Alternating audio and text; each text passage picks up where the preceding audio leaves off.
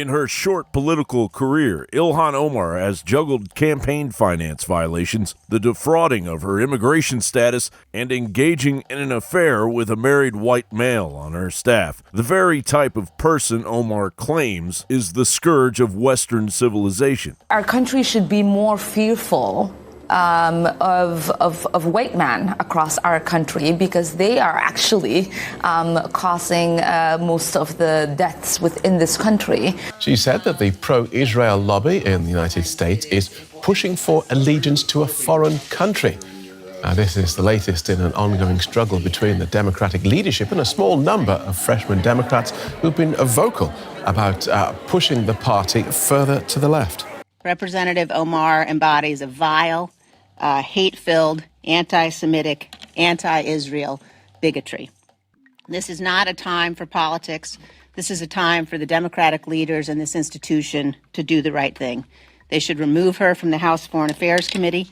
They should stand up to her. They should stop empowering her disgusting hatred before it turns into horror. Just when you thought this leader of the socialist left-leaning squad of the Democratic Party couldn't vilify herself any further, court documents from a trial in Florida have dropped jet fuel on that fire. The Jerusalem Post reported the claims came during testimony by Kuwati-born Canadian businessman Alan Bender, who was giving evidence in the trial of Sheikh Khalid bin Hamad al-Thani. The Qatari emir's brother stands accused of ordering his American bodyguard to murder 2 people and of holding an American citizen hostage. His deposition obtained by Arabiya English was authenticated by the attorney for the plaintiffs, according to the publication. The Washington Examiner reported Bender said Qatar's secretary to the Emir for Security Affairs, Mohammed bin Ahmed bin Abdullah Al Masnad, told him that the country recruited Ilhan Omar from even way before she thought about becoming a government official. They groomed her and arranged the foundation, the grounds, for her to get into politics way before she even showed interest. They convinced her. He alleged that Omar cooperated with Qatar's request and received cash payments. He also claimed that she used her position in the House of Representatives to access sensitive information, which she relayed to Qatar and through them, Iran. According to the deposition, Bender further told the court that Omar actively recruited other politicians on behalf of the nation. If it wasn't for our cash, Ilhan Omar would be just another black Somali refugee in America collecting welfare and serving tables on weekends, he claimed, the officials told him.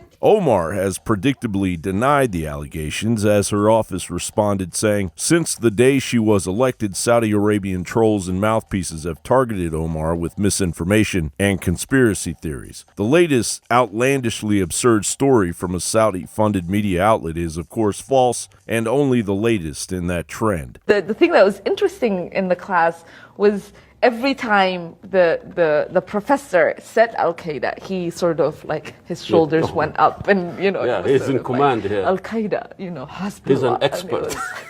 You don't say America with an intensity. You don't say England with an intensity. You don't say the army with an intensity. Qaeda. But you say these names because you want that word to carry weight. I am not part of Al-Shabaab. I do not totally surprised. I do not participate You are a in Shabab. their... Well, Shabab is young, It's young. Unfortunately for Omar, she has already cast herself in this role. She's done everything in her power to present economy-crippling Green New Deal socialism. Her latest proposal, $1 trillion for affordable housing, which in the hands of the liberal left would be used to wreak havoc on what little property rights Americans have left. Ilhan Omar is at war with the American dream. This is why Omar is the perfect candidate for these allegations, tying her to Qatar, the Club Med of Terror, and Iran. A special thanks to Representative Omar of Minnesota.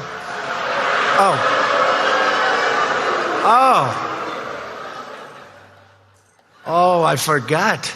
She doesn't like Israel. I forgot. I'm so sorry. Those sarcastic comments from President Trump about Democratic Minnesota Congresswoman Ilhan Omar in front of a conservative Jewish group on Saturday came less than a day after a New York man was charged with threatening her life. It's not the propaganda-vomiting narrative that she is a Muslim Somalian woman victim. She is a member of Congress, a potential national security threat. John Bowne reporting.